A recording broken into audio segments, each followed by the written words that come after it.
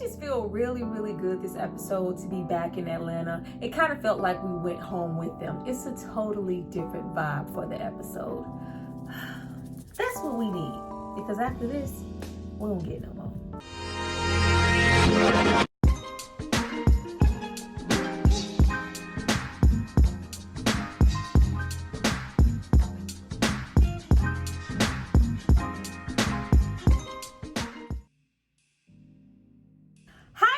Welcome back to my channel. It's Tyra here with another struggle review, here to discuss Atlanta season 4 episode 1, The Most Atlanta. Now, before I get into all my exes live in Texas, I need you guys to drop down and subscribe to my channel and like this video. I'm going to give you guys a moment to do that, and then we're going to come back and discuss. I mean, did you see all the females running up on Earn? Like, what episodes did we miss? When did you have all the time to hit up all these women? Oh, but that's what happened when we get off the plane and we go back home. You realize that everything is just the same. Go back.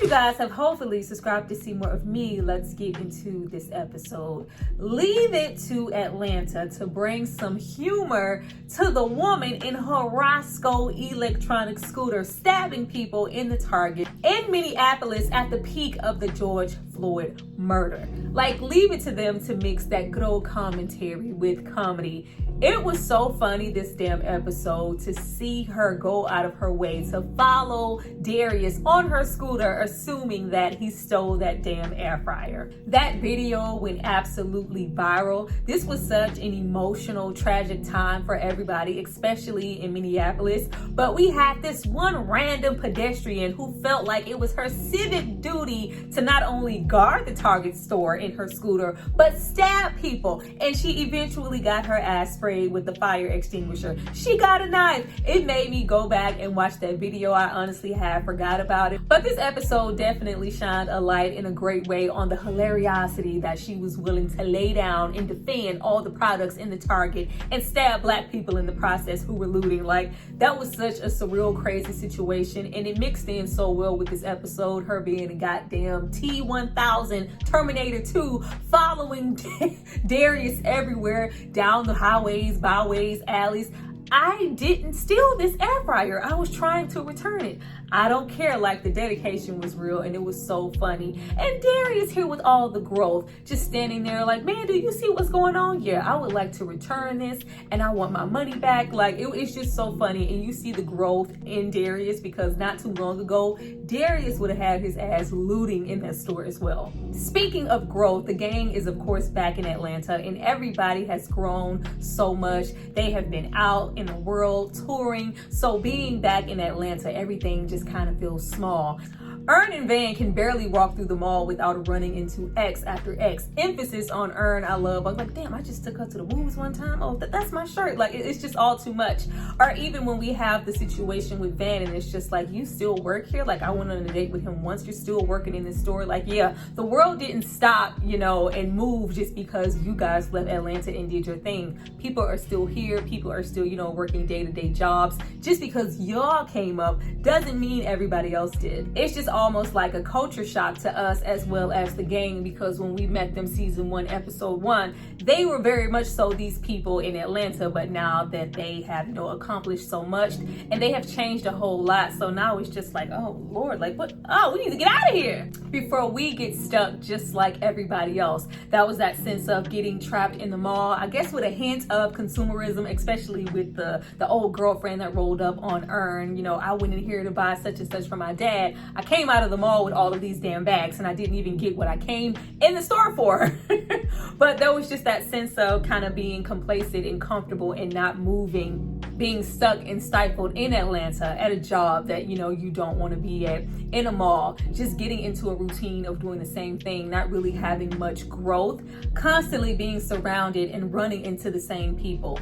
And then we get the situation with Van and Earn and their whole relationship or lack thereof, or whatever they have going on. I love when we have the scene of him finally finding the exit and he's just like, you stay here and I'm gonna go in and figure out a way. If it's a way, then I'll come back and get you. And she's like, no, you're not gonna leave me here like this, not leave me here in this mall. I don't want to be one of all my exes live in Atlanta with everybody else. You have grown so much, with your career. I don't know what we are, like they're always in some little great ass area. But bottom line, Van doesn't just want to end up being the ex-baby mama that lives in Atlanta. So this season, there will definitely have to be a stamp on what they are and what they aren't, because personally, I feel like with the season that has passed and the ups and downs that they have had so far, where Earn is now, like eventually he is gonna want to be in a relationship, maybe have a girlfriend. He is really quite, career driven at this point, but Van is consistently trying to attach herself to Earn. She is constantly sending mixed signals all the time. He loves her.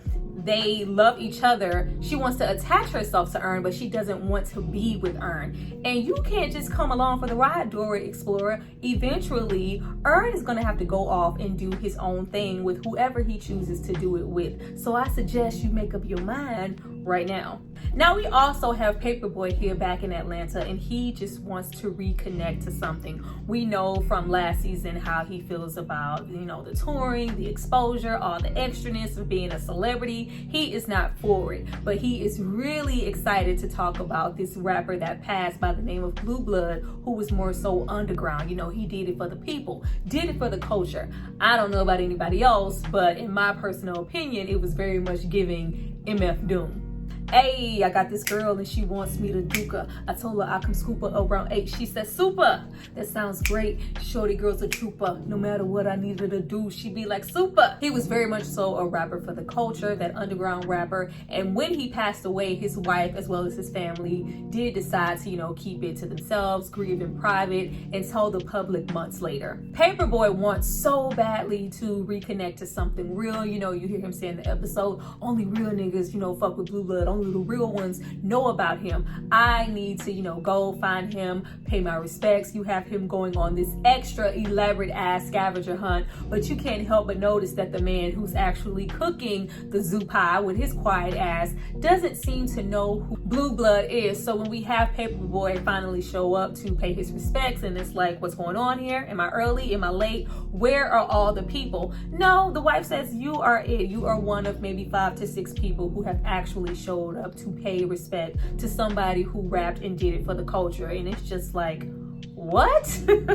But that's the thing, artists like in MF Doom are appreciated for their lyrical content. You hear the wife and Paperboy talk about, the comic books and the things that he used to say, the flow, the things that he used to do. These things were incredible, yet nobody showed up here. I love how when he actually went up to view the body, it was just like, oh no, he's not actually in there. We buried him long ago. But this was just solely set up for the fans who would maybe appreciate his artistry. But of course, artists like that do not get appreciated. When you have standards, morals, you're lyrically inclined, when you pass away, the love that you gave, you do not get that back. Now we end off the episode with them, finding their way in the dark. Is this carpet on the wall? Is it wet? Hold my hand. Like, that was so crazy. But they make their way to where Paperboy is, viewing this body, and they all eventually leave together. But I thought there was a lot to be said about the fact that, Kenya, that's the old girlfriend's name. Like, oh, Kenya, I followed y'all. I was following y'all. Like, yeah, I need you to move on that right now, Van. What exactly does that mean? But we end off the episode with Darius being the nice man that he is, giving Kenya the air fryer for her dad's birthday, and the T-1000 rolling up yet again to penalize somebody that she thought was looting. We are off to a good start for the season. Well, you guys, that was my review for Atlanta Season 4, Episode 1, The Most Atlanta. Thank you so much for watching this video. You gotta put your thinking cap on when you go to watch and pull apart an episode of Atlanta. So I would really appreciate y'all dropping down in the comments and helping me out. I look forward to reading them. I'll see you guys next time. Bye.